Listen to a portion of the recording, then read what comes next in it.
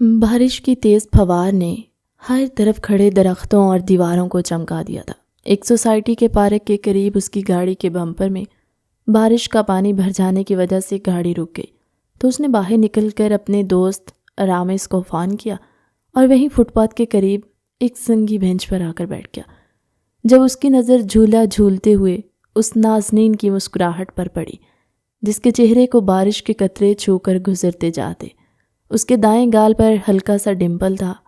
وہ مدھم قدم سے چلتے ہوئے اس نازنین کی طرف بڑھا جو بارش کے گدلے پانی میں ناچتے بچوں کو دیکھ کر وہیں رک گئی اور ان کے ساتھ بہتے پانی میں اچھلنے کودنے لگی۔ جانے کب اس کا پیر مڑا اور بے اختیار کسی سے ٹکرا کر گرنے ہی والی تھی جب اس خوبرو جوان نے اپنی باہوں کا سہارا دے کر اسے نیچے گرنے سے بچا لیا۔ وہ اس کے شرٹ کے کالر کو پکڑ کر اس کی باہوں میں جھول گئی۔ اس نے ہڑبڑا کر اسے پیچھے دھکیلا اور سیدھی کھڑی ہو گئی۔ باری خان اپنے بالوں میں انگلیاں پھیر کر کھنکارا۔ یہ کیا بدتمیزی ہے؟ وہ گھبرا کر بولی۔ بدتمیزی نہیں، مدد کی ہے میں نے آپ کی۔ باری خان نے احسان جتایا۔ مدد ایسے کرتی ہے؟ اس کے لہجے میں غصے کی ہلکی سی جھلک نمایاں ہوئی۔ تو آپ ہی بتائیں مدد کیا ہوتی ہے؟ میں اس انداز میں آپ کی مدد کر لیتا ہوں۔ باری خان کے لہجے میں بھلا کی سنجیدگی تھی۔ تم مجھ پر لائن مار رہے ہو لیکن شرافت کا ناٹک کمال کا ہے۔ باری خان ہاتھ میں چھتری پکڑے اسے دیکھ رہا تھا جبکہ وہ اس کی خاموشی کو نظر انداز کر کے آٹو والے کو رکنے کا اشارہ کر روڈ کی جانب بڑھی، مگر آٹو ڈرائیور نہیں رکا۔ وہ دونوں بازوؤں کو باندھ کر بدن کی کپ کپی پر قابو پانے کی کوشش کر رہی تھی۔ آپ یہ لے جائیں، تھوڑا بہت بچاؤ کا کام کرے گی، باری خان نے اس کے ہاتھ میں چھتری دے کر کہا۔ وہ حیرت سے بت بن گئی تو باری خان نے اپنے جیکٹ اتار کر اس کے کندھے پر پھیلا دی۔ گاڑی خراب تھی ورنہ اسے گھر تک چھوڑنے کی آفر کرتا، باری نے دل ہی دل میں کہا۔ وہ آٹو رکشہ کے رکتے اس میں سوار ہوئی، چھتری دینے کے لیے پکارا مگر باری خان نے نہیں سنا اور اپنی گاڑی کی جانب بڑھ گیا۔ رامس اس کی گاڑی کے پاس کھڑا مستقل کال کر رہا تھا جب دور سے اسے دیکھ کر اس کی حرکت پر حیران رہ گیا کیونکہ وہ باہر برسات میں کھڑا تھا۔ باری خان کو بارش سے الرجی تھی، یہ بات وہ اچھی طرح جانتا تھا۔ 1.5 مہینہ ہی ہوا تھا اسے پاکستان آئے۔ باری خان پڑھائی کے ساتھ بزنس کو بھی سنبھال رہا تھا۔ تب اس کے دادا فصیح خان نے اسے واپس لندن جا کر آخری سیمسٹر مکمل کرنے کا کہا اور ساتھ ہی رابطے میں رہ کر بزنس کے تمام تر فیصلوں میں اپنے پوتے کو رائے دینے کی تلقین کی، کیونکہ اپنے بیٹے کے بعد وہ پوتے کی ذہانت پر ہی بھروسہ کرتے تھے۔ اپنے باپ کے انتقال کی اچانک خبر سن کر وہ لندن سے دوڑا چلا آیا تھا۔ حالانکہ اس کے بزنس ایڈمنسٹریشن کا آخری سیمسٹر تھا، مگر ماں اور دادا کو اکیلا کیسے چھوڑ سکتا تھا؟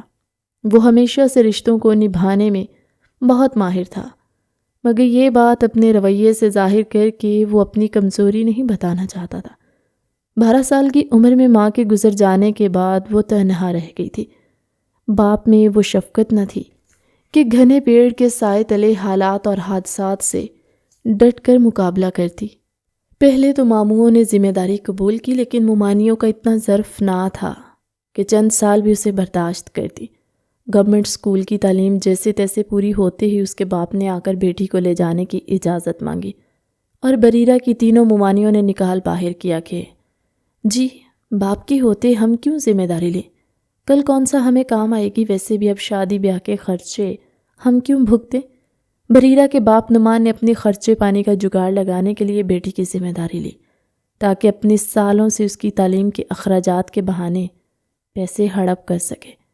بڑے دونوں بھائیوں نے تو صاف منع کر دیا لیکن سب سے چھوٹے ایاز ماموں نے بریرہ کو تعلیم کے فرائض کو انجام دینے کا وعدہ کیا، مگر نعمان رشید ایک کمینہ انسان تھا، اپنی بیٹی کو کالج نہیں جانے دیتا، نہ ہی ایاز ماموں کی طرف سے بھیجی رقم اس کے ہاتھ میں دیتا۔ جوئے اور شراب کی لت نے اس سے رشتوں کی شناخت چھین لی۔ بریرہ نے باپ کے اس ستم گری سے تنگ آ کر ایاز ماموں سے کہا کہ آدھے پیسے اسے ہاتھ میں دے کر باقی پیسے نعمان کو بھیج دے تاکہ وہ اپنی تعلیم مکمل کر سکے۔ اس کے بعد ایاز ماموں آدھے پیسے اس کی پڑوسن کو بھیج دیتا۔ بڑی مشکلوں سے بریرہ نے سمپل بھی یہ کیا اور آگے MA کے لیے اپلائی کر دیا، مگر نعمان نے جوئے کی وجہ سے 3 لاکھ کا قرض لے کر اپنے ساتھ بیٹی کو بھی مصیبت میں ڈال دیا۔ قرض دار روز آ کر اس کے دروازے پر کھڑے ہو جاتے اور ہر روز نیا تماشا ہوتا۔ بریرہ پر غلط نظر رکھتے، ساتھ ہی نعمان کو بیٹی کے رشتے کی پیشکش کرتے۔ آخرکار ایک دوست نے اسے قرض کے پیسوں کا لالچ دے کر بریرہ کا ہاتھ مانگ لیا۔ نعمان نے 3 لاکھ کی بجائے 5 لاکھ کی شرط رکھی تھی، مگر وہ ایک چھوٹی عمر کی لڑکی کو دیکھ کر مان گیا۔ وہ خود نعمان سے تو کچھ سال چھوٹا تھا، لیکن بریرہ سے کافی سال بڑا تھا۔ بریرہ نے ایاز ماموں کو شکایت کی، مگر اس نے یہی کہہ کر جان چھڑا دی کہ بیٹا ایک دن تو تمہیں اپنے گھر کا ہونا ہی ہے، تو بہتر ہے ابھی سے اپنے جواری باپ سے جان چھڑا لو۔ وہ جانتا تھا مدد کے لیے نعمان کو پیسے دینے پڑیں گے، وہ اتنے پیسے اس جگہ پر کیوں لگائے جہاں سے اسے کوئی فائدہ نہ ہو۔ بریرہ کی ممانیوں کو وہ ذرا دیر برداشت نہیں ہوتی، تو بہو کیسے بنا سکتی تھی؟ زیست کے سفر میں ایک اور طوفان آیا اور وہ ایک جہنم سے دوسری جہنم میں منتقل ہوئی۔ نمیر اس کے باپ سے زیادہ ذلیل انسان تھا، بلکہ وہ شاید انسان بھی نہ تھا۔ شادی کی پہلی رات ہی شراب پی کر گھر آیا اور نئی نویلی دلہن کے ساتھ جانوروں جیسا سلوک کیا۔ پھر اس کے سارے زیورات اٹھا کر ایک تھیلی میں ڈال کر لے گیا۔ اسے لگا شاید سارے زیورات سونے کے ہیں، لیکن وہ آرٹیفیشل جیولری تھی۔ اگلے کچھ دنوں میں اسے باقی محلے کے گھروں سے پتہ چلا کہ وہ اپنی پہلی بیوی کی موت کا ذمہ دار بھی خود مانا جاتا ہے۔ وہ خوفزدہ ہو گئی۔ اندھیری رات ختم ہونے کا نام نہیں لے رہی تھی۔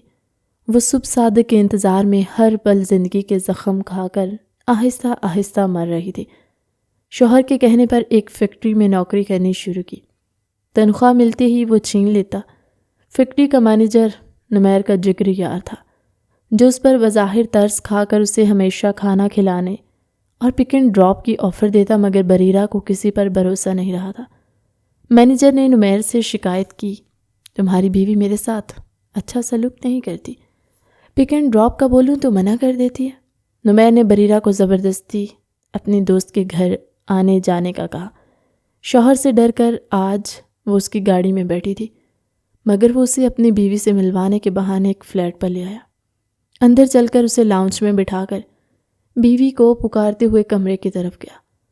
بریرہ کو گھر میں راج کرتی خاموشی سے خوف آنے لگا۔ وہ الٹے پاؤں باہر جانے کے لیے دروازے کی جانب بڑھی ہی تھی کہ مینیجر نے آ کر اس کے ہاتھ کو پکڑ کر دروازے کو واپس لاک کیا۔ بریرہ نے اس کے ہاتھ کو جھٹکا۔ وہ زبردستی پر اتر آیا۔ بریرہ نے بنا سوچے سمجھے میز سے گلدان اٹھا کر اس کے سر پر دے مارا، جس کی چوٹ سے وہ بے اختیار پیچھے فرش پر جا گرا۔ وہ بے ساختہ باہر بھاگی۔ اندھا دھند سیڑھیوں کو عبور کرتے لوہے کی ٹوٹی ریلنگ میں دوپٹہ اٹک کر پھٹ گیا، مگر اسے سمجھ ہی نہ آیا کہ کیا ہوا۔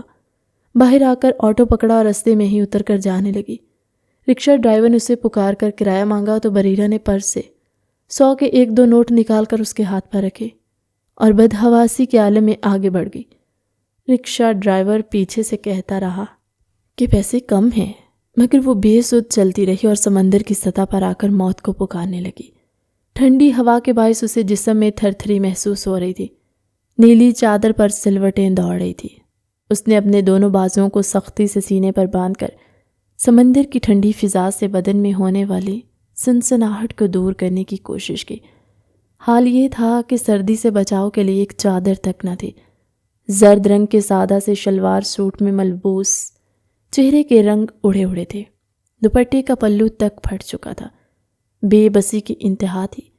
سفید رنگ کے پرندے آسمان کی آتی جاتی لہروں پر طواف کر رہے تھے، جنہیں اس نے حسرت سے دیکھا اور سوچا کاش وہ بھی ایک پرندہ ہوتی۔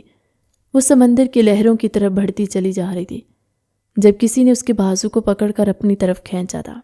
اس نے ہڑبڑا کر اس ہستی کو دیکھا جس نے شاید اس کی جان بچائی تھی۔ کالے کوٹ والی اسے ہاتھ سے پکڑ کر اچھلتی کودتی موجوں سے باہر لے آئی اور ایک کرسی پر بٹھایا۔ اپنی پانی کی بوتل کھول کر اسے پانی دیا، مگر اس نے ہاتھ کے اشارے سے انکار کر دیا۔ کالے کوٹ والی لڑکی اسے کچھ دیر خاموشی سے دیکھتی رہی۔ وہ اٹھ کر جانے ہی لگی تو اس نے ایک بار پھر ہاتھ پکڑ کر روکا۔ اسے ڈر تھا کہ وہ شاید پھر سمندر کی بے رحم موجوں کی جانب نہ چلی جائے، مگر اس نے نرمی سے ہاتھ چھڑا لیا۔ آپ کا شکریہ، میں گھر جا رہی ہوں۔ اوکے، لیکن رکو میں ڈراپ کر دیتی ہوں۔ اس کالے کوٹ والی، شاید وہ لڑکی زیادہ فکر مند تھی۔ نہیں، آپ خواہ پریشان ہو رہی ہیں، میں چلی جاؤں گی۔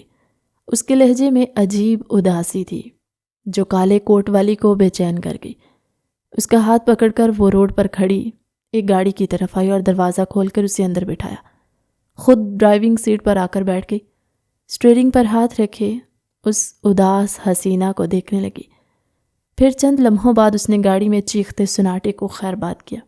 تم ٹھیک ہو؟ اس نے سر اسبات میں ہلایا، مگر اس کی آنکھوں کے کناروں پر دکھ کی دھارا بہنے کو بھتاب تھی۔ کالے کوٹ والی لڑکی نے اس کی تکلیف کو بھانپ کر کچھ بھی پوچھنے سے گریز کیا، مگر دل و دماغ اس کی حالت پر افسوس کر رہے تھے۔ وہ آئے دن اس طرح کے لوگوں سے ملتی تھی جو اپنی زندگی سے تھک کر موت کو گلے لگانے میں دلچسپی رکھتے تھے۔ بس یہی روک دیں، اس نے بمشکل لب ہلائے۔ شور؟ کالے کوٹ والی لڑکی نے جواباً کہا۔ لڑکی نے پھر سر اسبات میں ہلایا تو اس نے گاڑی سائڈ پر روک کر ڈور لاک کھول دیا۔ وہ شکریہ کہہ کر جانے لگی تو اس کالے کوٹ والی نے اپنا وزٹنگ کارڈ نکال کر اس کی طرف بڑھایا۔ تمہیں جب بھی کسی ہیلپ کی ضرورت ہو مجھے کال کر سکتی ہو۔ بریرہ نے سر تشکر سے ہلا کر کارڈ لے لیا اور آگے گلی کی طرف بڑھ گئی۔ زندگی کے ظلم و ستم نے اسے بے حال کر دیا تھا۔ بچپن سے لے کر آج تک وہ رشتوں کی جبر اور ناانصافی کا شکار ہوتی رہی تھی۔ آج ایک اجنبی نے بھی اسے زیادتی کا نشانہ بنانے کی کوشش کی اور دوسری اجنبی لڑکی نے اس کی جان بچائی۔ وہ کتنے رنج و الم کے نشتر سہنے ہوں گے اسے، اب تو روح پر بھی آبلے پڑ رہے تھے۔ کمرے میں آ کر وہ دروازہ بند کر کے اس کے ساتھ پشت لگا کر نیچے زمین پر بیٹھ گئی۔ آج ہمت ٹوٹ گئی تھی، حوصلے چور ہو چکے تھے۔ وہ دھاڑے مار کر رونے لگی۔ بریرہ کی آواز اور درد اس کمرے کی چار دیواری میں گونجتے ہوئے اس چار دیواری کو پار کر گئے۔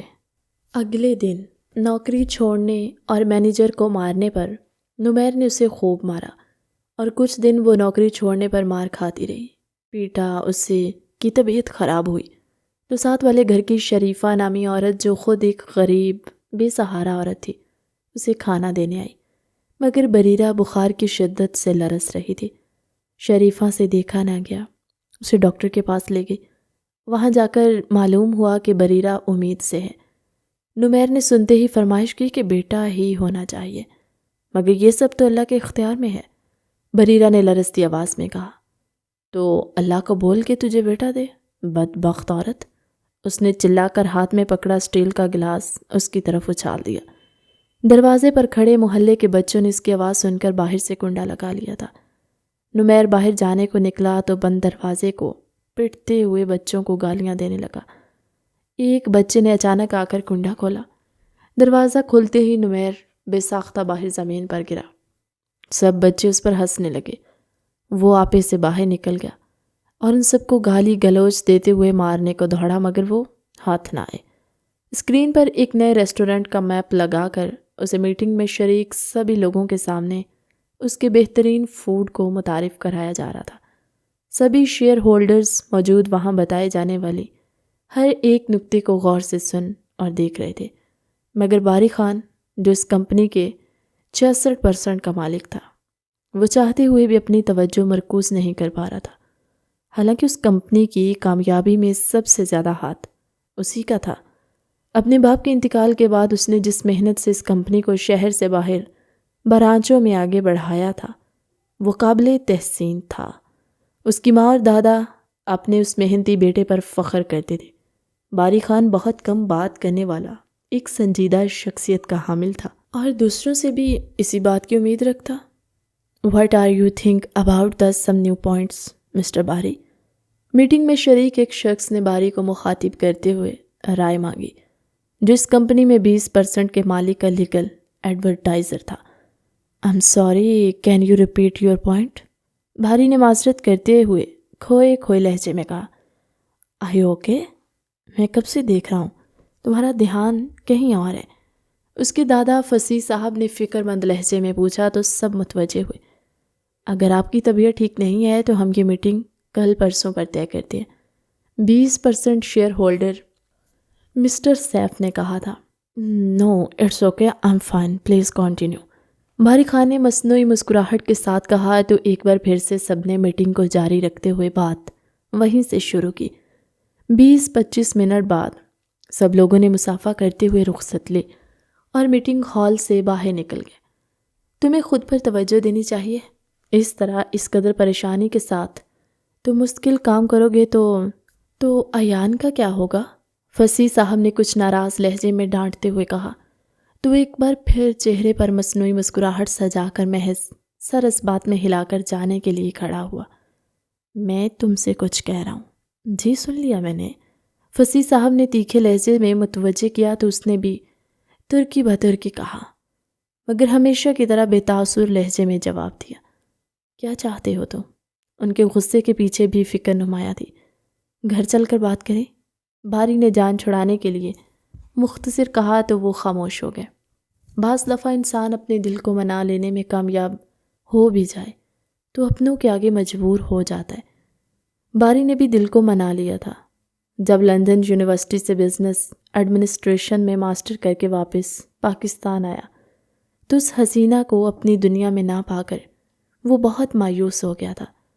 محبت کی کہانی میں اس نے خود کو یک طرفہ پایا تو واپس لندن جا کر ایک سٹارٹ اپ کمپنی میں کاروباری تجربے کے لیے کام شروع کر لیا۔ گھر والے مستقل بضد تھے کہ اب شادی کر لو، کب تک اس طرح اکیلے زندگی گزارو گے؟ مگر باری خان اپنے جذبات کے آگے بے بس تھا۔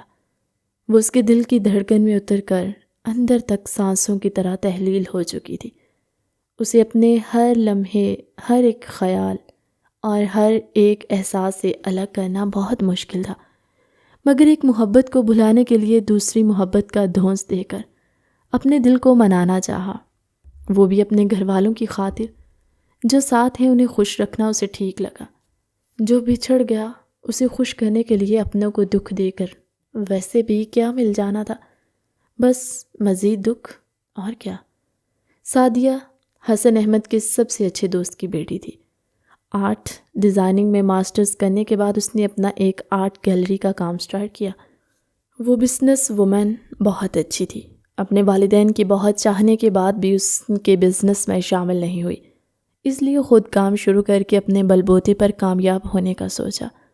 مگر اگلے ہی سال اس کی پسند سے باری کے ساتھ رشتہ طے کر لیا اور جٹ منگنی پٹ بیاہ کا کام کر کے اس نے اپنی ازدواجی زندگی پر توجہ دی۔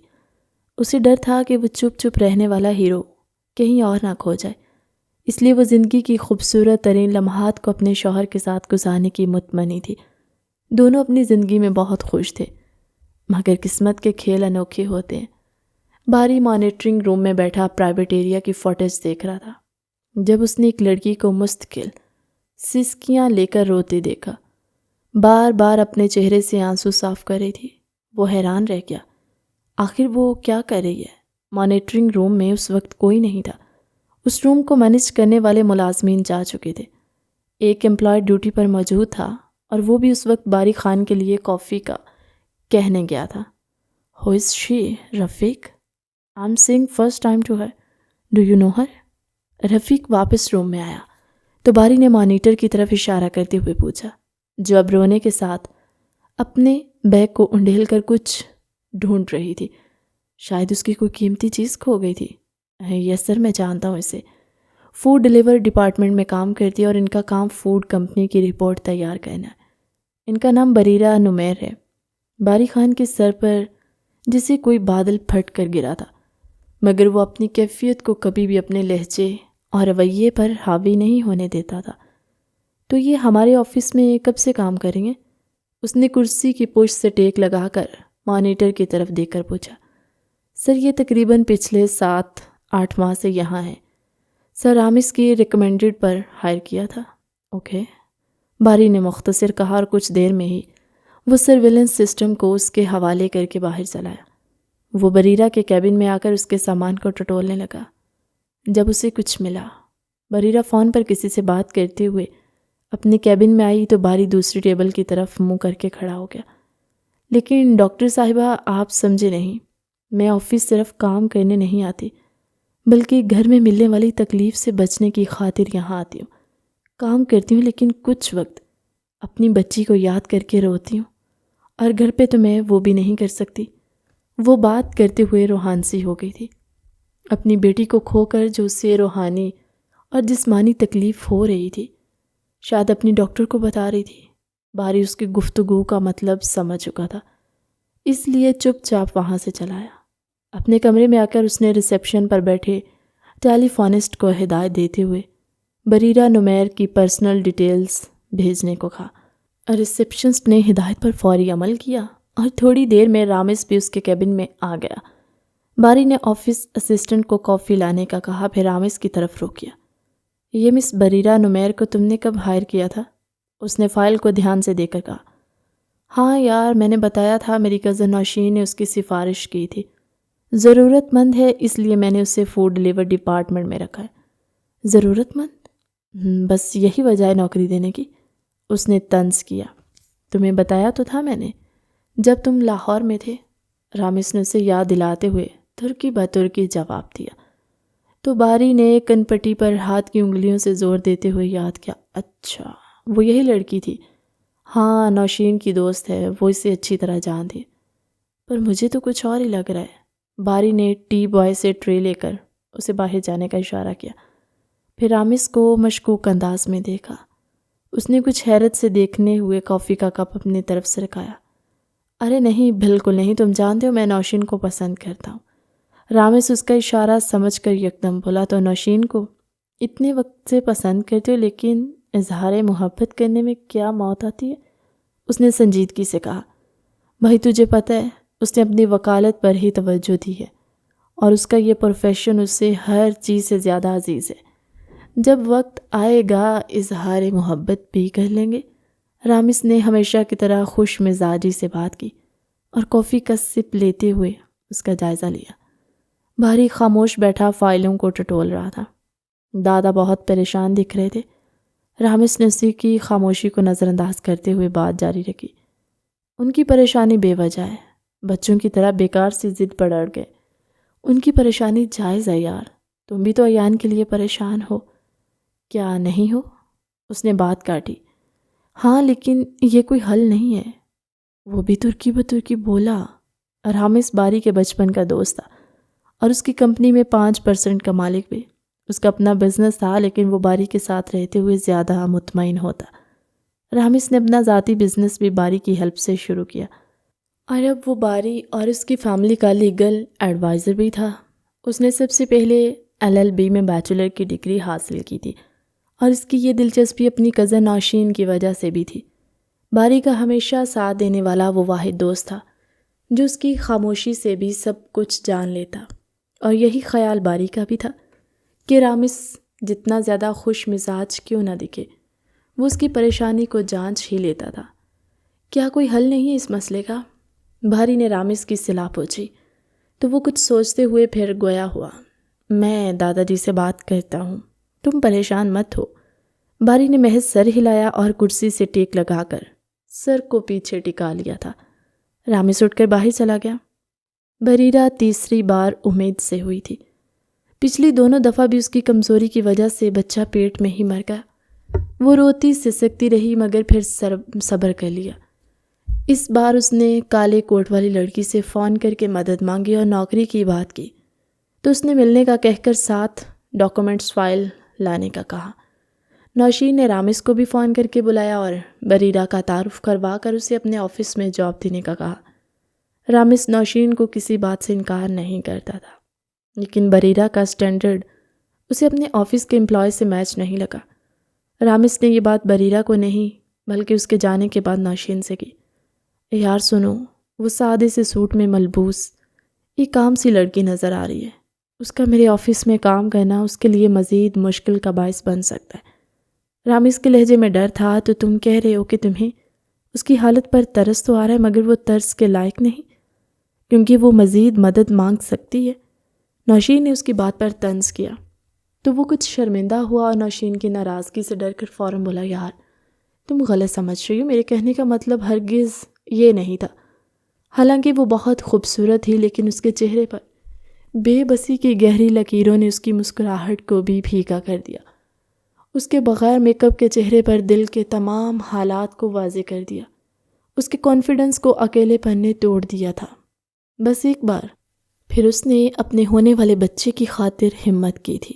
مجھ سے دوسری بار مدد مانگی ہے، ورنہ میں اسے اتنے وقت سے جانتی ہوں، وہ کچھ بھی ٹھیک سے نہیں بتاتی، جبکہ میں کئی بار اسے ہر طرح کی آفر کر چکی ہوں، مگر وہ بس جیسے خاموش تماشائی بن کر اپنی ذات پر ہونے والے ظلم و ستم کا تماشا دیکھتی ہے۔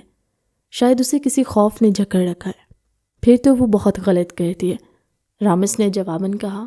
ہاں، مگر وہ اتنی مجبور کیوں ہے، کچھ سمجھ نہیں آتا، نوشین نے ایک ٹھنڈی آہ بھر کر کہا۔ وہ پڑھی لکھی لڑکی ہونے کے باوجود بھی اس جہالت کا مظاہرہ کرے، کچھ عجیب ہے۔ ہاں، شاید اسے کوئی سپورٹ نہیں ہے، اس لیے وہ کسی بھی قسم کے سٹینڈ لینے کی ہمت نہیں رکھتی، کسی کے خلاف کوئی آواز نہیں اٹھا سکتی۔ بعض دفعہ عورتیں کتنی بھی پڑھی لکھی کیوں نہ ہوں، لیکن جب انہیں کوئی پختہ سا سہارا نہیں ہوتا تو وہ ٹوٹ جاتی ہیں، اور درد سہنے کی انہیں اتنی عادت ہو جاتی ہے کہ وہ جب درد نہ ملے تو درد ہونے لگتا ہے۔ نوشین کے لہجے میں بریرہ کے لیے افسوس کے ساتھ بے بسی تھی، وہ چاہ کر بھی اس کے لیے کچھ نہیں کر سکتی تھی۔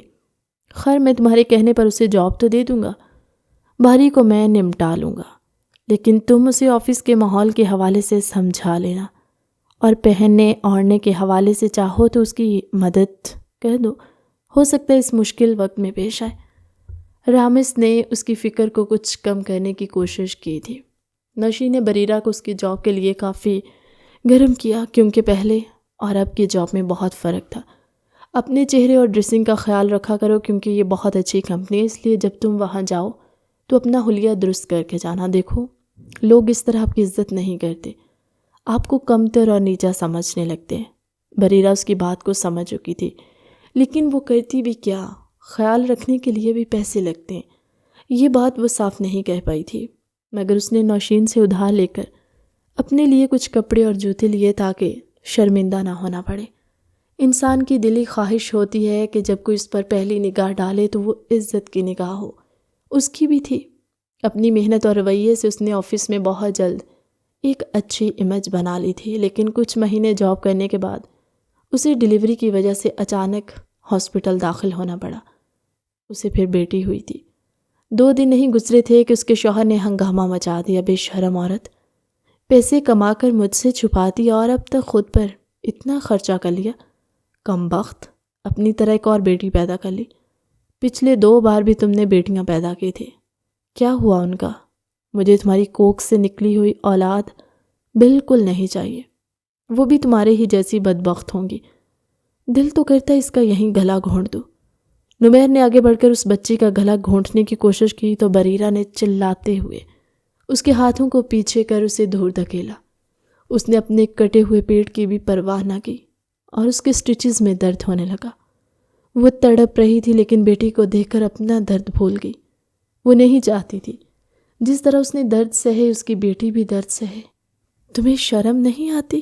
9 مہینے میں نے اسے پیٹ میں رکھ کر درد تکلیف کاٹے، تم کیا جانو؟ تم تو خود بن ماں باپ کے بچے ہو، تو تمہیں رشتوں کی کیا قدر؟ وہ روتی ہوئی چلا رہی تھی۔ بڑے پر نکل آئے تیرے، نمیر نے ہمیشہ کی طرف سے برا بھلا بول کر مارنے کے لیے ہاتھ اٹھایا ہی تھا کہ باہر شور کی آوازیں سن کر نرس نے آ کر اس کو دور ہٹایا۔ اس پر چلانے لگی، آپ کو شرم نہیں آتی؟ ایک بیمار عورت پر ہاتھ اٹھاتے ہوئے جس کا ابھی ابھی آپریشن ہوا ہے، اس طرح تو یہ مر جائے گی، اگر اس سے کچھ ہوا تو میں یہاں پولیس کو بلا لوں گی۔ نرس نے اسے دھمکی دی تو وہ پولیس کے خوف سے بڑبڑاتا ہوا باہر نکل گیا۔ بریرہ اپنی بیٹی کو سینے سے لگا کر رونے لگی۔ نرس نے آ کر اس کے کندھے پر تھپکی دے کر چپ کرانے کی کوشش کی۔ یہ تمہارا شوہر ہے نا؟ کیوں مارا تھا تمہیں؟ ایسے شوہر کے ساتھ کس طرح رہتی ہو تم بی بی؟ اگر یہی حال رہا نا تو تم زندہ رہو گی اور نہ تمہاری بچی۔ ویسے بھی تمہاری بیٹی کو نمونیا ہو گیا۔ نرس کے لہجے میں تلخی تھی، مگر وہ اسے سمجھا رہی تھی۔ اس کی گود سے بچی لے کر کاٹ میں لٹائی اور بریرہ کے پاس آ کر اسے ڈرپ لگائی۔ اس کے جاتے ہی وہ پھر سے رونے لگی۔ اپنی قسمت پہ رو رہی تھی، یا شاید وہ درد کی وجہ سے رو رہی تھی۔ ہمیشہ نہیں آ رہا تھا کہ کون سا درد زیادہ ہے، وہ جو مظالم کا پہاڑ اس پہ ٹوٹا ہے، یا پھر جو اس آپریشن کی وجہ سے تکلیف ہو رہی تھی، یا پھر اپنی بیٹی کے نصیب کا ڈر تھا۔ نہ جانے زندگی کس ڈگر پر لے جائے گی۔ ایک اور سوچ نے اس کے دل کو دکھی کر دیا۔ اپنے زخم بھرے ہی نہیں تھے کہ ایک اور زندگی نے سانس لے کر اسے نئی خدشوں میں ڈال دیا۔ ڈائننگ ہال میں بیٹھے سبھی لنچ کر رہے تھے۔ فصیح صاحب مستقل اپنے پوتے کو گھور رہے تھے اور اپنی بہو سمیرہ کو بھی اشاروں میں کچھ کہہ رہے تھے۔ سمیرہ بھی سمجھ رہی تھی۔ انہوں نے بھی اشارہ کرتے ہوئے صبر کرنے کا کہا، جبکہ باری خان بڑی خاموشی سے کھانا کھا رہا تھا۔ باری کے برابر میں رامس بیٹا بڑے مزے سے کھانا انجوائے کر رہا تھا۔ کیا اشارے ہو رہے ہیں؟ کوئی بات کرنا چاہتے ہیں یا کچھ ہوا ہے؟ رامس نے ان دونوں کی طرف دیکھتے ہوئے کہا، ارے نہیں، ڈیڈ کہہ رہے ہیں کہ کھانے میں نمک اور آئل زیادہ ہے۔ ان کا ویسے بھی بی پی ہائی رہتا ہے تو وہ زیادہ نمک اور آئل نہیں کھا سکتے۔ میں نے خانسامہ سے کہا بھی تھا کہ ان کے لیے سوپ بنا دے، لیکن ان کا شوق تھا کہ جو ہم کھائیں گے وہی کھا لیں گے۔ سمیرہ نے مسکراتے ہوئے بات کو ٹالنے کی کوشش کی اور بیٹے کے چہرے کو دیکھ کر جسے سمجھ گئی کہ وہ سب جانتا ہے، مگر فصیح صاحب نے ایک دم ان کی بات کاٹی۔ بس کرو، تم کیوں کھانے کی باتیں بنا رہی ہو؟ ڈیڈ کیا ہو گیا ہے؟ سمیرہ نے بھی ان کی بات کاٹی تو انہوں نے ہاتھ کے اشارے سے بہو کو خاموش کرایا۔ دیکھو، تم اپنے بیٹے سے ڈر سکتی ہو، میں ہرگز کسی سے نہیں ڈرتا، میں بات صاف کرتا ہوں۔ فصیح صاحب نے تیکھے لہجے میں باری کو گھورتے ہوئے پلیٹ میں چمچہ پٹکا، لیکن باری ویسے ہی بیٹھا اطمینان سے کھانا کھا رہا تھا، جبکہ رامس ان سب کو دیکھ کر مزے لے رہا تھا۔ تو میری بات سن رہے ہو؟ جی سن رہا ہوں، فصیح صاحب نے غصے سے اس کی طرف انگلی اٹھا کر کہا۔ تو باری نے مختصر کہا، جبکہ رامس بے اختیار ہنسا، لیکن باری نے اسے مڑ کر دیکھا تو اس نے ہنسی دبا کر کہا، سوری۔ فصیح صاحب نے بھی ایک خفیف نظر اس کی طرف دوڑائی، مگر رامس واپس کھانا کھانے میں مصروف ہو گیا۔ تمہیں سب کی فکر ہونی چاہیے، اور خاص کر کے ایان، اس بچے کی بھی کوئی فکر نہیں ہے، وہ صرف 2 ماہ کا بچہ ہے۔ اب کیا تم ہجر و فراق میں بیٹے کو بھی کھو دو گے؟ ایک بار پھر باری کی طرف دیکھ کر پریشان کن لہجے میں بولے، آپ پریشان مت ہوں، ویسے بھی اتنا غصہ کریں گے تو آپ کا بلڈ پریشر ہائی ہو جائے گا۔ باری نے ٹیشو پیپر سے اپنے ہاتھوں کو صاف کرتے ہوئے اطمینان سے کہا، ہاں دادا جی، یہ ٹھیک کہہ رہا ہے، آپ خواہ پریشان ہو رہے ہیں۔ اور مجھ سے پوچھیں تو وہ لگتا ہے کہ باری نے کچھ سوچ ہی رکھا ہے، لیکن وہ ابھی آپ پر ظاہر نہیں کرنا چاہتا۔ رامس نے بھی دادا جی کو تسلی دی، مگر انہوں نے بات کاٹتے ہوئے ٹوکا، تم ایسی باتیں کرتے ہو جیسے اس کی بیوی ہو، مجھے تو شک ہوتا ہے تم دونوں پہ۔ وہ غصے سے بڑبڑائے، مگر سمیرہ نے سن کر حیرت بھری نظر سے فصیح صاحب کو دیکھا، پھر رامس پر نظر ڈالی۔ ارے آپ ایسے مت دیکھیے آنٹی، ایسا کچھ بھی نہیں ہے، اور ویسے بھی یہ میرے ٹائپ کا نہیں ہے، اور اگر ہوتا بھی تب بھی میں کسی اور کو پسند کرتا ہوں۔ رامس نے سمیرہ کی نظروں کو جھانچتے ہوئے یکدم صفائی دی، بکواس بند کرو۔ باری نے ایک ناگوار سی نگاہ رامس پر ڈالی، کیا بکواس ہے؟ تم دونوں خاموش ہو جاؤ پلیز۔ ڈیڈ آپ بھی بات صاف کرنے والے تھے، کدھر سے کہاں لے گئے؟ موضوع ہی بدل دیا۔ سمیرہ نے بیزاری سے تینوں کو دیکھا اور ٹیبل سے اٹھ کر چلی گئی۔ مجھے کسی کی پرواہ نہیں ہے، اب جو کرنا ہوگا میں خود ہی جا کر کروں گا۔ فصیح صاحب بھی غصے سے اٹھ کر کھڑے ہوئے تو رامس بے اختیار ان کے پیچھے لپٹ گیا۔ دادا جی آپ پلیز کہیں مت جائیں، آپ ایسا نہیں کر سکتے، اگر آپ نہیں رہے تو باری اور آنٹی کو کون سنبھالے گا؟ پلیز پلیز خود کو سنبھالیں۔ اب ایک گدھے کی اولاد، پیچھے ہٹ، میں اپنے کمرے کی طرف جا رہا ہوں، تیرے باپ کی طرح گدھا نہیں ہوں چھوٹی چھوٹی باتوں پہ مرنے چلا جاؤں۔ دادا جی نے اس کے ہاتھ سے ہاتھ چھڑا کر پیچھے دھکیلا، وہ شرمندہ ہو گیا، جبکہ باری نے خفیف سی نگاہ اس پر ڈالی اور وہاں سے جاتے ہوئے زیر لب نوٹنکی سالا۔ وہ جانتا تھا رامس نوٹنکی باز تھا اور دادا جی کے ساتھ ناٹک کر رہا تھا۔ باری نے اپنے اسسٹنٹ سے بریرہ کو کیبن میں بھیجنے کے لیے کہا تو اسسٹنٹ نے ہدایت پر عمل کرتے ہوئے فوراً بریرہ کو اس کے کیبن میں بھیجا۔ آئیے بیٹھیے مس بریرہ۔ دروازے پر دستک ہوتے ہی باری نے اسے اندر آنے کا کہا تو وہ کرسی پر آ کر بیٹھ گئی۔ کل پارکنگ ایریا میں آپ کی کسی کے ساتھ تکرار چل رہی تھی۔ باری نے فائل کو دیکھ کر سامنے کھڑے اسسٹنٹ کو دے دیا اور اسے جانے کا اشارہ کیا۔ وہ باہر چلا گیا، جبکہ بریرہ اسے دیکھ کر ساکت رہ گئی اور زبان پر تالا لگ گیا۔ اس کی آنکھوں میں بارش کی پانی کی لڑیاں مچلنے لگی، مگر وہ خود پر قابو پانے کی کوشش کر رہی تھی۔ باری نے اس کی طرف نہ دیکھنے کی اداکاری کی تاکہ وہ شرمندگی سے بچ سکے۔ اس لیے لیپ ٹاپ سامنے رکھ دیا۔ وہ واقعی نظریں چرا رہی تھی، اور کرسی پر براجمان نہ ہوتی تو شاید وہ اس وقت چکر کھا کر زمین پر گری ہوتی۔ کیا ہوا مس بریرہ، آپ ٹھیک ہے؟ باری نے اس کے تاثر کو نظر انداز کرتے ہوئے پھر پوچھا۔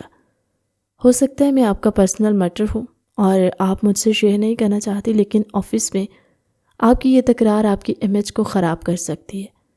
جو شخص آپ سے مستقل بدتمیزی کر رہا تھا وہ کون تھا؟ وہ پھر خاموشی اوڑی بیٹھی رہی۔ میں بس آپ سے یہ کہنا چاہتا ہوں کہ I'm sorry سر، آئندہ ایسا نہیں ہوگا، بریرہ نے بمشکل روندی ہوئی آواز میں کہا تو وہ بات کرتے ہوئے رک گیا۔ دیکھیں، آپ کے ساتھ جو بھی پرابلم ہے وہ آپ بتا سکتی ہیں، بلکہ کسی بھی قسم کی ہیلپ کی ضرورت ہو آپ اسٹاف مینیجر مس نورین سے کہہ سکتی ہیں۔ اگر آپ کو سب سے کہتے ہوئے جھجک محسوس ہو رہی ہے تو مجھ سے پرسنلی طور پر کوئی بھی مدد لے سکتی ہیں۔ آپ کا بہت بہت شکریہ سر، کیا میں جا سکتی ہوں؟ وہ بے بسی سے بولی۔ بھاری کو اس کی حالت ٹھیک نہیں لگی، اس لیے فی الحال خاموشی پر اکتفا کیا اور سر اسبات میں ہلا دیا۔ یہ شاید آپ کا ہے، اس نے ایک خاکی لفافہ اسے دکھاتے ہوئے کہا تو بریرہ جاتے ہوئے رکی اور اپنی میڈیکل رپورٹ کا خاکی لفافہ اس کے ہاتھ میں دے کر حیران ہوئی۔ یہ آپ کو کہاں سے ملا؟ اس نے گھبراہٹ کے مارے لفافہ اس کے ہاتھ سے لینے کی کوشش کی، مگر باری نے لفافے کو دور کھینچ لیا۔ آپ کہیں بھی کچھ بھی اپنی پرسنل گفتگو کرتی ہیں اور اپنی چیزیں بھی بھول جاتی ہیں، یوں تو آپ کو کوئی بھی بلیک میل کر سکتا ہے، باری نے جیسے تنبیہاً کہا۔ تو آپ مجھے بلیک میل کرنے کی کوشش کریں، اس نے افسوسناک لہجے میں کہا۔ آپ تو بہت سمجھدار ہیں، باری نے کرسی سے ٹیک لگا کر دونوں بازوؤں کو سینے پر باندھ کر طنز کیا۔ وہ غصے سے کھڑی اسے گھو رہی تھی۔ Anyways, first you should take care of yourself, after that I need your help, Bari نے دھمکی آمیز لہجے میں اس کا خاکی لفافہ دکھا کر بولا۔ کیا یہ وہی ہے جس کی سرخ و سفید رنگت پر دھوپ کی تمازت سے موتی چمکتے تھے، جس کے آنے سے پھول کھلتے تھے اور خوشبوؤں سے معطر رات کی رانیں کھلنے کو بےتاب رہتی، جس کی آنکھوں میں امید کے جگنو خوش کی راہ تکتے تھے اور ایک بوند بارش پر ہی جل ملاتے ہوئے ناچنے لگتے؟ باری نے کھڑکی سے بلائنڈز ہٹا کر باہر سورج کی کرنوں کو دیکھتے ہوئے دہکتے آگ کے شعلوں جیسے اپنے دل کے پنوں پر لکھے کچھ جملے دہرائے جو کبھی پہلی نظر کی محبت کے نام لکھے تھے۔ میں نے بھی تو اس کے ہاتھ میں جانے سے پہلے عہد کی انگوٹھی پہنائی تھی، جسے اس نے کسی مجبوری کے تحت اتار پھینکا۔ جانے سے پہلے وہ ایک بار اس سے ملنے آیا تھا۔ اس دن وہ ماموں کے گھر سے لوٹ کر روڈ پر بس کا انتظار کر رہی تھی جب ایک چمچماتی کار اس کے سامنے آ کر رکی۔ بریرہ نے اس گاڑی کو دیکھا تھا مگر کچھ نوٹس نہیں لیا، لیکن گاڑی کے ڈرائیور کو اپنی طرف آتے دیکھ کچھ پریشان، کچھ حیران اور اپنے دائیں بائیں دے کر کچھ سمجھنے کی کوشش کی۔ پہلے تو اسے لگا کہ شاید وہ کسی اور کے لیے وہاں آ رہا ہو، لیکن باری جیسے ہی اس کے سامنے آ کے رکا تو اس نے بظاہر خفیف نظروں سے رخ موڑ لیا۔ مس بریرہ کیسی ہیں آپ؟ بریرہ نے خود کو مخاطب پا کر اس کی طرف دیکھا اور اسے ذرا حیرانی ہوئی، مگر اس کی خاموشی کو نظر انداز کر کے باری نے صاف بات کی۔ میں باری خان آپ کو جانتا ہوں، آپ کو پسند کرتا ہوں، وہ بغیر کسی تمہید کے بولا۔ میں کچھ سمجھی نہیں، آپ کس کی بات کریں اور کیا بات کریں؟ کیا مجھ سے بات کریں؟ بریرہ نے حیرت انگیز لہجے میں کہا۔ بریرہ آپ ہی کا نام ہے نا؟ اس نے سوالیہ کہا تو وہ سر اس بات میں ہلا گئی۔ یہاں کوئی اور ہے ہم دونوں کے علاوہ؟ باری نے ادھر ادھر دیکھ کر کہا اور اس نے پھر سر نفی میں ہلایا تھا۔ میں تو آپ کو نہیں جانتی۔ اس نے باری کو سر سے لے کر پاؤں تک جائزہ لیا، حالانکہ اسے پچھلی ملاقات یاد تھی جب یونیورسٹی کے روڈ کے قریب کسی گاڑی سے ٹکرانے والی اور باری نے آ کر اس کی جان بچائی تھی، لیکن میں آپ کو اچھی طرح جانتا ہوں، یوں جیسے ہم ہمیشہ ایک ساتھ رہتے ہیں، ایک دوسرے کے لیے بنے ہوں۔ اس کے لہجے میں کچھ تھا، شاید سحر یا جادو۔ وہ کچھ لمحے اس کے الفاظ کے تلسم میں کھو گئی، پھر مسکرا کر آگے چل دی، مگر وہ اس کے پیچھے ہو لیا۔ اس دن بارش میں آپ اور میں، اس نے رک رک کر کہا، مگر وہ چلتی رہی۔ وہ ایک ملاقات لگتا ہے صدیوں پر محیط تھی، وہ پھر گویا ہوا۔ وہ اچانک مڑی تو بے ساختہ دونوں ٹکرائے۔ باری نے بے اختیار اسے اپنی باہوں میں پکڑ لیا۔ بریرہ نے یکدم خود کو اس کے حصار سے چھڑایا۔ لگتا ہے آپ کو گرنے کا بہت شوق ہے، یا شاید اس نے بات ادھوری چھوڑ دی۔ دیکھو تم کچھ زیادہ ہی سوچ رہے ہو، ایسا کچھ نہیں ہے۔ وہ واقعی اس کی باتوں میں کھونے لگی تھی، مگر اپنی ہچکچاہٹ پر قابو پا کر بولی، جی میں جانتا ہوں، آپ مجھے نہیں جانتی لیکن جان جائیں گی، ایک موقع دیں، میں آپ سے شادی کرنا چاہتا ہوں، اس نے ڈائریکٹ کہا، اور بریرہ نے چونک کر اسے دیکھا۔ اسے اپنے کانوں پر یقین نہیں ہوا، وہ کیا بول رہا ہے۔ وہ اس کی بات پر ہنس دی، مگر باری ابھی تک بہت سنجیدہ کھڑا اسے دیکھ رہا تھا۔ لگتا ہے آپ کو میری بات پسند آئی ہے۔ وہ اس کی ہنسی کی وجہ نہیں سمجھا، مگر اسے پورا یقین تھا کوئی بھی لڑکی اسے مسترد نہیں کر سکتی، لیکن بریرہ اپنے بیک کے بیلٹ میں ہاتھ ڈالے اسے دیکھ رہی تھی۔ ساری زندگی درد و تکلیف میں مبتلا ہو کر بھی وہ ایک حقیقت پسند لڑکی تھی جو مہنگی چیزوں اور چمکتے چہروں کو دیکھ کر حسرت نہیں کھاتی تھی، اور نہ ہی کبھی اس نے یہ خواب دیکھا تھا کہ کوئی شہزادہ گھوڑے پر سوار ہو کر اسے لے جائے گا اور اس کی زندگی سنوار دے گا۔ اس نے زندگی میں اگر کچھ مانگا تھا تو ایک سکون سے بھرا لمحہ، جس میں وہ پوری زندگی گزارنے کے بعد اپنے رب کے حضور شکر ادا کر سکے۔ ویسے تم میرا نام کیسے جانتے ہو؟ اس نے بہت دیر بعد سوال کیا۔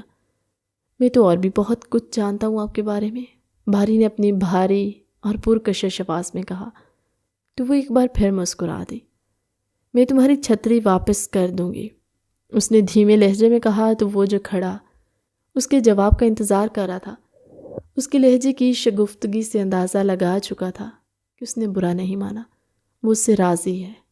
کیا سوچ رہا ہوگا وہ کہ اس جیسے اعلیٰ تعلیم یافتہ اور رئیس خاندان کے لڑکی کو چھوڑ کر میں کس حال میں جی رہی ہوں؟ کیا یہی تھی میری زندگی کی تمام تر ترجیحات؟ بس اسی دن کے لیے میں نے اسے چھوڑا تھا۔ اس نے اپنے بائیں ہاتھ کے رنگ فنگر کو دائیں ہاتھ سے چھوا تو آج بھی اس کے لمس کا احساس دل کی دھڑکنوں کی تار چھیڑ دیتا۔ میں نے تو نہیں چھوڑا تھا، قسمت میں ہم دونوں کا ملن لکھا ہی نہیں تھا۔ اس نے اپنے ہی دل میں اٹھنے والے سوالات کا جواب خود ہی دیا۔ اب میں جس حال میں ہوں، کیا یہی میری تمنا تھی جس کے پیچھے میری قسمت نے مجھے در بدر کر کے اس جیسے اچھے ہم سفر سے جدا کیا؟ اس نے اپنے خیالات کے گھنے جنگلوں میں خود کو پا کر سوچا۔ نوشین دن رات اس کی تعریفوں کے پل باندھتی تھی، تب اسے گمان بھی نہ تھا کہ یہ وہی باری حسن ہے جسے کبھی اس نے چاہا تھا، یا وہ کبھی اس کی امید کی واحد کرن ہوتا تھا، وہ کرن جو اس کے اپنوں نے اسے اداس قفس میں قید کر کے چھین لی۔ کیا ہوتا اگر آج وہ میرے ساتھ ہوتا؟ تو شاید آج میری زندگی کتنی خوبصورت ڈگر پر چل رہی ہوتی۔ رات کی اس آخری پہر میں بھی وہ جاگ رہی تھی، جب سے اس نے باری کا سامنا کیا تھا، اپنی ہی نظروں میں گر گئی تھی۔ اسے آفس جانے سے بھی ڈر لگ رہا تھا۔ اب کیا کروں گی، کہاں جاؤں گی؟ یا میرے رب، اب اور نہیں سہی جا رہی یہ آزمائشیں، مجھ پر اپنے رحم کا سایہ کر دے۔ اس نے بھیگی پلکوں سے آسمان کی جانب دیکھا، جس نے شاید اس کے دل میں پھر سے باری کا خیال ڈالا تھا۔ مس بریرہ آپ سے کوئی ملنے آیا ہے۔ کون آیا ہے؟ اس کا نام کیا ہے؟ مجھ سے کیوں ملنا چاہتا ہے؟ بریرہ نے ریسیپشنسٹ سے جواباً کئی سوالات پوچھے۔ جی وہ اپنا نام نمیر بتا رہے ہیں اور کہہ رہے ہیں کہ آپ کے ہسبینڈ ہیں۔ آپ ان سے کہیں کہ میں ملنا نہیں چاہتی، یا پھر میں یہاں نہیں ہوں، کچھ بھی کہہ کر ان کو ٹال دیں، میں مصروف ہوں۔ اسے پتہ تھا کہ وہ پھر تماشا کرے گا، لیکن وہ اس سے مل کر اس کی ڈیمانڈ پوری نہیں کر سکتی۔ ریسیپشنسٹ نے جیسے ہی نمیر کو اطلاع دی، اس نے واقعی جانے سے انکار کر دیا اور بریرہ سے ملنے کے لیے ہنگامہ کھڑا کر دیا تھا۔ لیکن آج جب اسے گیٹ کیپر نے اندر ویٹنگ ایریا کی طرف جانے نہیں دیا تو وہ خلاف توقع چلا گیا۔ باری سرویلنس روم میں بیٹھا سارا تماشا دیکھ رہا تھا اور گیٹ کیپر کو بھی کچھ ہدایت دی۔ پھر نوشین کی طرف کال ملا دی۔ ہلو نوشین، کیسی ہو؟ اس نے مختصر کہا تو وہ اس کی کال پر حیرت میں پڑ گئی، کیونکہ وہ کسی خاص وجہ کے تحت ہی اسے کال کرتا۔ ہاں میں ٹھیک ہوں، تم سناؤ، آج مجھے کیسے یاد کیا؟ ضرور کوئی خاص وجہ ہوگی، نوشین نے خوشگوار حیرت کے ساتھ طنزیہ کہا۔ کچھ خاص نہیں، بس مس بریرہ کے بارے میں جاننا تھا۔ کیوں، سب ٹھیک ہے؟ کیا ہوا اسے؟ وہ پریشان ہوئی۔ ہاں شاید اس کے ساتھ کچھ ٹھیک نہیں ہے۔ نمیر نامی بندہ اس سے ملنے آتا ہے اور یہاں آ کر ہمیشہ کوئی تماشا کھڑا کرتا ہے۔ میں نے سوچا ہو سکتا ہے تمہیں پتہ ہو۔ باری نے مانیٹر کی طرف دیکھ کر کہا۔ اس کا شوہر ہے جس کا بریرہ کے ساتھ کچھ اچھا سلوک نہیں ہوتا۔ میں نے کئی بار پوچھا ہے لیکن وہ کچھ بھی صاف نہیں بتاتی، نوشین نے افسوس بھرے لہجے سے کہا۔ وہ اس بات سے خاموش ہو گیا، اسے سمجھ نہ آیا کیا کرے۔ پھر بریرہ کو گیٹ کی جانب عجلت میں جاتا دیکھا تو نوشین کو خدا حافظ کہہ کر کال بند کی۔ اس نے رامز سے پوچھا تو پتہ چلا کہ اسے اپنے شوہر کی کال آئی ہے، شاید کوئی ایمرجنسی ہے، اس لیے چھٹی لے کر چلی گئی۔ باری اپنی گاڑی لے کر اس کے پیچھے گیا۔ 10-15 منٹ کی ڈرائیو کے بعد اس نے ایک پوش ایریا میں ٹیکسی رکوائی جہاں کچھ پرانی بلڈنگیں تھیں۔ بریرہ کو ایک سیڑھی کی جانب جاتا دیکھ کر وہ اس کے پیچھے چلتا رہا۔ بریرہ نے ایک فلیٹ کے دروازے پر دستک دی تو کسی مرد نے دروازہ کھول کر اسے اندر کیا۔ وہ دروازہ بند ہو گیا۔ باری پریشانی کے عالم میں بیل بجانے ہی والا تھا کہ اندر سے آتی آوازوں نے اسے روک دیا۔ کہاں ہے نمیر؟ اب کیا کر لیا میں نے جو مجھے اس طرح بلیک میل کر کے پریشان کر رہا ہے؟ فراز بھائی بتائیں وہ کہاں ہے؟ بریرہ کی آواز آ رہی تھی، جواباً کوئی آواز نہیں آئی۔ اگلے ہی لمحے وہ چلائی تھی، کیا کر رہے ہو تم فراز؟ چھوڑو مجھے، میں پولیس کو بلا لوں گی، بے شرم انسان۔ باری سے رہا نہیں گیا اور اس نے بل بجاتے ہوئے دروازے پر دستک دی۔ کچھ دیر میں دروازہ کھلا۔ جی کیا چاہیے؟ اس بندے نے باری کو سر سے لے کر پاؤں تک دیکھتے ہوئے سوال کیا۔ میں بریرہ کو لینے آیا ہوں، باری نے غصے سے کہا۔ کون بریرہ؟ یہاں کوئی بریرہ۔ وہ بات کر ہی رہا تھا کہ بریرہ اندر سے چلانے کی آواز آئی۔ باری نے اسے اندر دھکیلا اور خود بھی اندر چلایا۔ کمرے کے دروازے کو مسلسل پیٹتے ہوئے وہ اندر سے مدد مانگ رہی تھی، جب اس کا موبائل اور پرس وہیں باہر رکھا تھا۔ میں تمہاری پولیس تھانے میں رپورٹ درج کرواؤں گا، میرے گھر میں گھس کر۔ وہ بھی بات کر ہی رہا تھا کہ باری نے ایک زوردار تھپڑ اس کے گال پر رسید کیا۔ اس بندے نے مزید بولنے کی کوشش کی تو باری نے اسے موقع دیے بغیر 3-4 تھپڑیں مزید ماری۔ تھانے کی چکی میں تمہیں پسواؤں گا، بہت شوق ہے نا تمہیں لڑکیوں کو پریشان کرنے کا، باری نے پیٹتے ہوئے کہا۔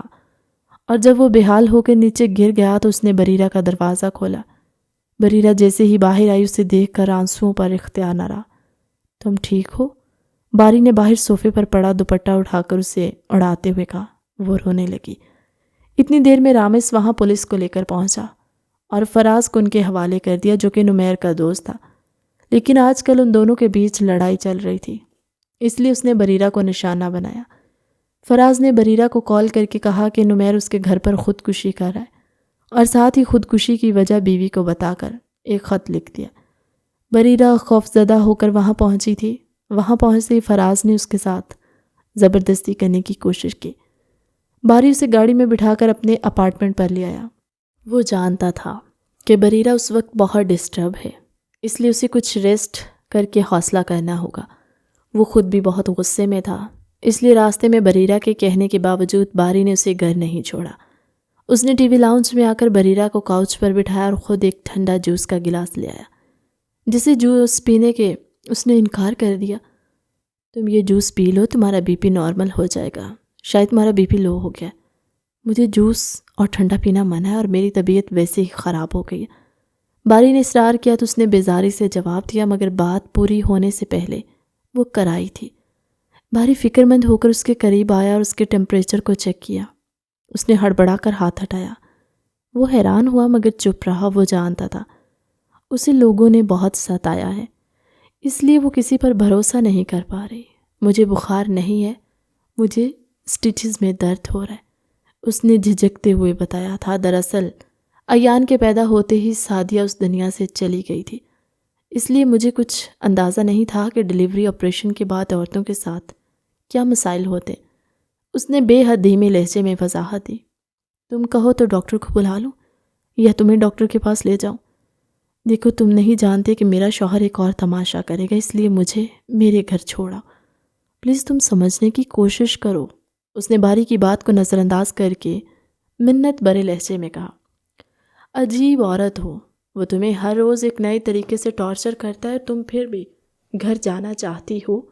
وہ غصے سے بولا تو بریرہ اس کی بات پر حیران ہوئی۔ تمہیں کیسے پتا؟ مجھے سب پتا ہے، بہتر ہے کہ ہم مل کر ایک دوسرے کی مدد کریں۔ وہ جانتی تھی کہ باری اس سے کیا چاہتا تھا، 3-4 دن پہلے ہی اس نے بریرہ کو اپنے بچے کو فیڈ کروانے کا کہا تھا اور ساتھ ہی اسے ہر طرح کی مدد کی آفر بھی کی۔ وہ ڈر گئی تھی اس لیے صاف انکار کر دیا، مگر آج جب باری نے اس کی عزت بچائی تو وہ اس کی مدد کرنے پر راضی ہوئی تھی۔ باری اپنے 2 ماہ کے بچے کے لیے بہت پریشان تھا۔ ایان کے پیدا ہوتی اس کی بیوی سعدیہ کا انتقال ہو گیا تھا، مگر بریرہ کو اپنے آفس میں دیکھ کر اسے جیسے امید کی کرن دکھی تھی۔ اس نے بریرہ کی تمام جانکاری نکلوانے کے بعد اسے یقین تھا کہ وہ اس کی مدد ضرور کرے گی، اور ایسا ہی ہوا تھا۔ خلا کا نوٹس ملتے ہی نمیر نے بریرہ کے ماموں کو بتایا، ساتھ ہی بریرہ پر اپنے باس کے ساتھ چکر چلانے کا بھی الزام لگایا۔ اتنے سارے الزامات پر ایک بار پھر وہ گھبرا گئی تھی، مگر باری نے رامس اور نشین کو بلا کر قانونی کے تحت خلا مانگی۔ بریرہ کو قانون کے تحت مدد کرنے کی یقین دہانی کرائی تھی۔ نوشین نے اسے کچھ دیر تک رونے دیا۔ جب اس کے دل کا بوجھ ہلکا ہوا تو سسکیاں لیتے ہوئے چپ ہو گئی۔ حالانکہ باری نے آفس میں اس کی پوسٹ بدل کر اپنی پرسنل سیکرٹری کی جاب دی، لیکن اس نے باری کی باقی مدد لے کر جاب چھوڑ دی۔ اسے لوگوں کی نظروں سے کوفت ہونے لگی۔ وہ اپنی زندگی عزت سے جینا چاہتی تھی۔ نوشین نے اس کے ہاتھوں کو سہلا کر تسلی دینے کی کوشش کی۔ باری نے کافی بنا کر رامس کو تھمائی اور وہ دونوں کچن کاؤنٹر کے ساتھ کھڑے کافی پیتے ہوئے آپس میں بریرہ اور ایان کو ساتھ رکھنے کا منصوبہ بنا رہے تھے۔ ویسے بھائی، تو نے لوگوں کو مارنا پیٹنا کب سے شروع کیا؟ رامس نے عادتاً اس پر طنز کیا تو باری کافی کا گھونٹ لیتے ہوئے رک گیا۔ تو نے اس فراز نامی شخص کو پولیس والوں کی طرح ہی دھویا تھا۔ اس نے باری کی گھورتی نظروں سے ڈر کر کچھ جھجکتے ہوئے کہا۔ وہ واقعی اب اسے گھور رہا تھا۔ اب کیا مجھے بھی پٹنے والا ہے؟ رامس اس کی مستقل تکنے پر بھٹک گیا۔ سیلف ڈیفنس کے لیے کراٹے سیکھا تھا، اس نے اپنی سنجیدگی کو برقرار رکھتے ہوئے کہا۔ تو رامس ایک گہری سانس لے کر بولا، سالے، تیرے ایٹیٹیوڈ سے لگتا ہے کسی دن مجھے بھی دھو ڈالے گا۔ رامس نے اپنے لہجے اور تاثر میں خوف و ہراس سمو کر کہا، جو بالکل مصنوعی لگا۔ بریرہ، تمہیں اس طرح اپنے ساتھ زیادتی نہیں کرنی چاہیے تھی۔ ایسے شخص کے ساتھ رہنا ہی بے وقوفی ہے۔ میں تمہیں پہلے دن سے سمجھا رہی ہوں کہ اس سے جان چھڑاؤ، قانون سے مدد لو، تم ایک پڑھی لکھی لڑکی ہو۔ نوشین نے انتہائی پروفیشنل انداز میں بات کی۔ میں اکیلی عورت یہ سب کس کے آسرے پر کرتی؟ اور آپ کو لگتا ہے کوئی کام پیسوں اور سورس کے بنا ہوتا ہے؟ بریرہ کے لہجے میں بے بسی تھی۔ تم اکیلی نہیں ہو، میں تمہارے ساتھ ہوں، بلکہ اب باری بھی تمہارے ساتھ ہے۔ تمہیں یاد ہے جب نمیر کی دوست جس کے ساتھ تم فیکٹری میں کام کرتی تھی، اسے جیل بھیجنے کے بعد بھی میں یہ ثابت نہیں کر پائی تھی کہ اس نے تمہارے ساتھ زبردستی کی تھی، لیکن باری نے اس کی سزا طویل عرصے تک قائم کروائی، کیونکہ بقول تمہارے میں صرف ایک وکیل ہوں تو ثبوتوں اور گواہوں کی بنا پر ہی کچھ کر سکتی ہوں۔ لیکن یہاں سورس کی بات بھی تو تھی۔ باری نے ہر طرح سے کوشش کی تھی، حالانکہ وہ نہیں جانتا تھا کہ اس نے کسی لڑکی کو نشانہ بنایا تھا، لیکن وہ جو کوئی بھی تھی تو وہ ایک مظلوم عورت نہ۔ نوشین کی بات پر بریرہ نے ایک بار پھر باری کو مشکور نظروں سے دیکھا۔ وہ اس کے احسانوں تھلے تبتی چلی جا رہی تھی۔ اب بس تمہیں ہمت سے کام لینا ہوگا تاکہ میں نمیر کو سزا دلانے میں کامیاب رہوں۔ دیکھو، اگر ہمارے پاس پختہ ثبوت اور گواہ ہوں گے تو مشکل تشدد اور تم سے نوکری کروا کر پیسے ہڑپنے پر ہم اسے 10 سال تک کی سزا دلوا سکتے، اور اس کے علاوہ چوری اور دھوکہ دھڑی میں جرمانہ الگ ہوگا۔ وہ چوری کی بات پر حیران ہوئی تو نوشین نے بات کو واضح کرتے ہوئے سمجھایا کہ زبردستی تمہارے پیسے چھیننا چوری ہی ہوتی ہے، اور دھوکہ دھڑی ظاہر ہے وہ اپنے جھوٹ کے سہارے تمہیں ہر بات پر راضی کرتا رہا، جیسے تمہیں اپنے اس مکار دوست کی فیکٹری میں جاب کرنے پر راضی کیا جبکہ خود کوئی جاب نہیں کرتا، لیکن تمہیں اس نے اپنی جھوٹی نوکری کا یقین دلایا۔ میں اسے جرمانے کے پیسے لے کر اب کیا ہی کروں گی؟ اس سب کے پیچھے میرے باپ کا ہاتھ ہے۔ اس کے لہجے میں بے بسی کے ساتھ شرمندگی تھی۔ شاید وہ اپنے خاندان کا حوالہ دیتے ہوئے شرمسار ہو رہی تھی۔ میں جانتی ہوں، لیکن اس سب میں تمہارا کوئی قصور نہیں ہے۔ نوشین نے اس کو ہاتھ کو اپنے ہاتھوں میں لے کر تسلی دی۔ ویسے ایک بات بتاؤ، یہ جو تمہارے گال پر ڈمپل ہے، کیا یہ قدرتی ہے یا پھر کوئی میڈیکل ٹیکنیک سے بنوایا ہے؟ رامس نے ماحول کی اداسی کو کم کرنے کے لیے اچانک سوال کیا تو بریرہ پہلے تو اس کے سوال پر حیران ہوئی، پھر بے اختیار ہنس دی۔ کب سدھرو گے؟ نوشین نے بھی ہنستے ہوئے کہا، مسکراؤ بھائی، بل تھوڑی آئے گا۔ رامس نے باری کی طرف دیکھا، جب صوفے کی ٹیک سے پشت لگائے خاموش تھا۔ وہ دونوں پھر ہنستے۔ اگلے کچھ دنوں میں ہی وہ باری کے اپارٹمنٹ پر شفٹ ہوئی تھی اور باری نے اسے ایک میڈ کا بھی انتظام کر کے دیا۔ اب وہ ایان کے ساتھ اپنا بھی خیال رکھنے لگی۔ وہ ایان سے ملنے باری کے گھر پر بھی آتی، جہاں اس کی ماں اور دادا رہتے تھے۔ باری نے انہیں بتایا تھا وہ اس کی دوست ہے اور ایان کے لیے آتی ہے، کیونکہ حال ہی میں اس کا بیبی ایکسپائر ہونے کی وجہ سے وہ ایان کے ساتھ خوش رہتی ہے۔ فصیح صاحب اور سمیرہ احمد بھی مطمئن تھے کہ باری کچھ تو سوچ رہا تھا۔ بریرہ نے بھی باری کی فیملی کے ساتھ دل لگا لیا تھا۔ پہلی بار اسے فیملی اور اس سے جڑے رشتے، خوشنما جذبات کا احساس، زندگی کی اصل حقیقت سمجھا گیا۔ اب اس کے دل میں بھی جینے کی آس بڑھنے لگی، اور یہ آس اسے باری نے دلائی تھی۔ وہ ایان کو کورٹ میں سلا کر جھنجھنے کے ساتھ بہلا رہی تھی، جب اس کی نظر کچن میں کھڑے باری پر جا کر رک گئی تھی۔ آج وہ کوکنگ کر رہا تھا، اپنے شرٹ کے آستینوں کو فولڈ کیے، ایپرن پہنے اسے وہ بہت سے مردوں سے الگ دکھا۔ وہ بہت کم بات کرتا تھا، اس کے لہجے میں بھی عجیب روکھا پن تھا۔ وہ چاہے محبت کا اظہار کرے، لیکن اس کا لہجہ اور رویے میں بڑی سختی محسوس ہوتی تھی، لیکن وہ دل سے اتنا ہی نرم تھا۔ بہت لذیذ دکھ رہے ہیں۔ باری نے الفریڈو پاستا کی پلیٹ سجا کر اس کے لیے میز پر رکھی تو اس کے منہ میں پانی آنے لگا۔ وہ جواباً بس مسکرایا تھا۔ لگتا ہے تم کوکنگ کے کام میں بھی بہت ایکسپرٹ ہو۔ اور کس کام میں ایکسپرٹ ہو؟ اس نے جواباً سوال کیا۔ اب اسے کھا سکتے ہیں؟ بریرہ نے گھبرا کر بات کو ٹالنے کی کوشش کی۔ باری نے اس کے لیے کرسی آگے کی تو بریرہ نظریں چراتے کرسی پر بیٹھ گئی اور کھانا کھانے لگی، مگر خود کو اس کی نظروں کے دائرے میں محسوس کیا۔ نمیر نے اپنے دوست کے ذریعے باری کی فیملی کو بتلایا کہ بریرہ، جو کہ اس کی بیوی ہے لیکن دھوکے باز اور بہت ہی مکار عورت ہے، اپنے شوہر کو جیل میں ڈلوا کر خود ان کے بیٹے کے ساتھ رہ رہی ہے۔ سمیرہ حسن کا پارا ہائی ہو گیا اور اس نے بریرہ کے بارے میں اپنے اسسٹنٹ کے ذریعے جانکاری نکلوائی تو پتہ چلا کہ اس کے آفس کی امپلائی تھی باری حسن، جس کا خاص خیال رکھتے ہیں۔ ان سے رہا نہیں گیا، فوراً بیٹے کو کال کی۔ ہائے ممی، کیسی ہیں آپ؟ باری نے کال ریسیو کرتے ہی کہا، لیکن انہوں نے بنا حال پوچھے مطلب کی بات کی۔ مجھے تم سے کچھ پوچھنا ہے، وہ بہت ہی دھیمے لہجے میں بولی، کیونکہ وہ سچ جاننا چاہتی تھی۔ جی پوچھیں، سب خیریت ہے؟ کیا واقعی بریرہ تمہاری آفس امپلائی تھی؟ جی، مگر یہ آپ کیوں پوچھ رہی ہیں؟ یہ بتاؤ، تم نے اس کے شوہر کو پیٹا تھا اور کورٹ میں یہ بات اس نے سب کے سامنے کہی تھی؟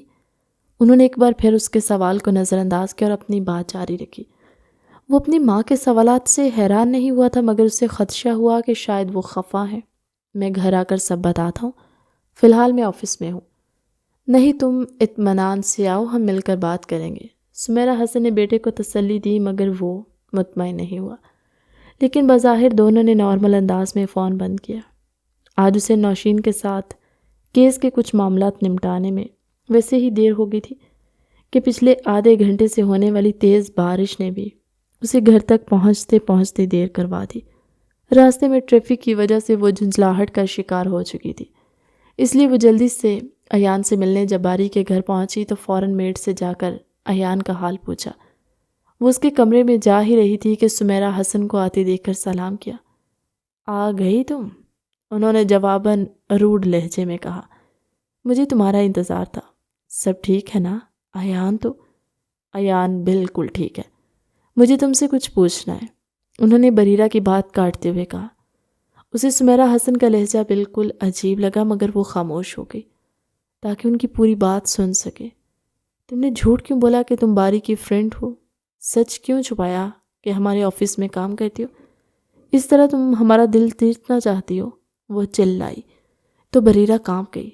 اور تم شادی شدہ بھی ہو، اس کے باوجود میرے بیٹے کے ساتھ اس کے اپارٹمنٹ پر رہتی ہو؟ کیسی بے شرم لڑکی ہو! کیا تم اس طرح اپنی زندگی کی حقیقت بدل سکتی ہو یا اپنی اوقات بدل سکتی ہو؟ آپ اس طرح بنا کچھ جانے میری بے عزتی نہیں کر سکتی، اور جو کچھ آپ کہہ رہی ہیں وہ سچ نہیں ہے۔ وہ اپنی صفائی میں کچھ کہنا چاہتی تھی، مگر سمیرہ نے اسے خوب ذلیل کر کے گھر سے باہر نکال دیا۔ وہ اتنی ذلالت کے بعد وہاں رک بھی کیسے سکتی تھی؟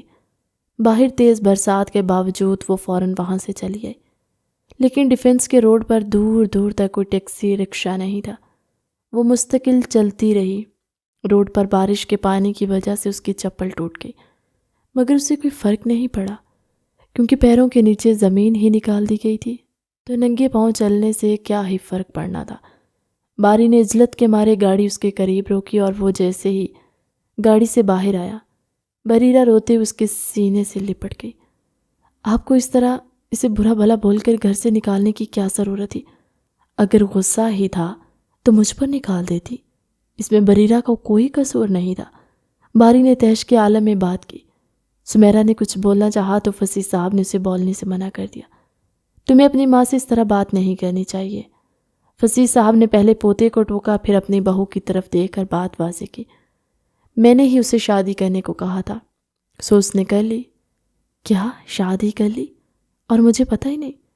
دراصل اس کی مدد کرنے کے لیے قانونی اور شرعی دونوں طریقوں سے اس کا والی وارث ہونا ضروری تھا، اس لیے اس کی عدت پوری ہوتے ہی ان دونوں نے شادی کر لی۔ اس لڑکی نے ایان کو بغیر کسی شرط کے اپنایا تھا۔ تمہیں کچھ تو خیال کرنا چاہیے تھا، یعنی آپ سب جانتے تھے، بس مجھے ہی بتانے کے قابل نہیں سمجھا۔ حد ہوتی ہے۔ وہ ناراض ہوئی تو باری نے ان کی طرف آ کر دونوں ہاتھ تھام لیے۔ I'm sorry، بس اتنا ہی؟ اس نے مختصر کہا تو سمیرہ حسن نے مصنوعی ناراضگی سے پوچھا۔ میں آپ کو بعد میں تفصیل سے معافی نامہ لکھ کر بھیجتا ہوں، فی الحال میں بریرہ کو لینے جا رہا ہوں۔ اس نے اپنے مخصوص انداز میں سنجیدگی سے کہا تو وہ دونوں اس کی بات پر ہنس دیے، حالانکہ سمیرہ حسن کے چہرے پر ابھی تک بے خبری کا افسوس نمایاں تھا۔ نوشین اور رامس نے بڑی محنت کے بعد نمیر کو آخرکار عدالت میں مجرم ثابت کر ہی دیا، جس کے تحت عدالت نے اسے 17 سال قید بامشقت سزا سنائی تھی، کیونکہ اس کے جرم سنگین نوعیت کے تھے، جن میں بیوی پر مستقل تشدد، چوری، دھوکہ دھڑی اور سب سے بڑی وجہ اٹیمپٹ ٹو مرڈر کا بھی کیس تھا۔ اس کے علاوہ کئی گناہ کھل کر سامنے آئے تھے۔ کمرہ عدالت سے باہر آ کر نوشین اور رامس پر اسکوٹر کے ساتھ کھڑے ابھی بات ہی کر رہے تھے اور نمیر کو پولیس انسپکٹر ہتھ کڑی میں بند پولیس موبائل کی طرف لے جا رہے تھے، جب اسے ہوشیار سے ایک سپاہی کی ڈیوٹی بیلٹ سے گن نکال کر بریرہ کی جانب روک کیا۔ چاروں جانب یکدم ہراس پھیلا گیا۔ بریرہ خوفزدہ ہو گئی۔ نوشین نے اس کے سامنے آ کر اپنے پیچھے کور کیا۔ میں تمہیں مار ڈالوں گا، تم مجھ سے کبھی بھی جان نہیں چھڑا سکتے، اس نے ایک خباثت بھرے لہجے میں مسکرا کر کہا۔ گن پھینک دو نمیر، ورنہ تم مارے جاؤ گے۔ انسپکٹر نے بھی اپنی گن کا رخ اس کی طرف کیا، مگر باری جو ابھی باہر آیا، سارا منظر دیکھ کر حاضر دماغی سے کام لیا اور یکدم اپنے ہاتھ میں پکڑا موبائل زور سے نمیر کی جانب اچھالا، جبکہ تیر ٹھیک نشانے پر لگا تھا۔ موبائل فون کے زور سے جھٹکے سے نمیر کے ہاتھ کی ہڈی میں کریک آیا اور اس کے ہاتھوں سے گن چھوٹ کر گر گیا۔ پولیس والے نے فوراً سے گھیرے میں لے کر پکڑا۔ تم ٹھیک ہو؟ باری بے ساختہ بریرہ کی طرف لپکار اس کے گرد اپنا بازو حائل کر کے فکر مند لہجے میں پوچھا۔ اس نے سر اسبات میں ہلا دیا، لیکن وہ واقعی بہت ڈر گئی تھی۔ وہ لوگ سیدھا گھر آئے تھے کیونکہ سمیرہ نے بریرہ کو فون کر کے اپنی طرف سے معذرت کی اور ساتھ ہی سیدھا گھر آنے کا کہا تھا۔ گھر پہنچتے ہی سمیرہ حسن نے بریرہ کو گلے لگایا، پھر ایان کو اس کی گود میں دیا۔ تمہیں بہت یاد کر رہا تھا، انہوں نے محبت سے کہا تو وہ مسکرا دی۔ شکر ہے میرے گھر کی رونقیں لوٹ آئیں۔ فصیح صاحب نے باری اور بریرہ کو دیکھ کر خوشی کا اظہار کیا۔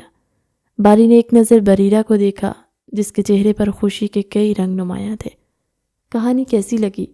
کمنٹ سیکشن میں اپنی قیمتی رائے کا اظہار ضرور کیجیے گا۔ ملتے ہیں ایک نئی کہانی کے ساتھ ہماری اگلی ویڈیو میں، تب تک کے لیے اللہ حافظ۔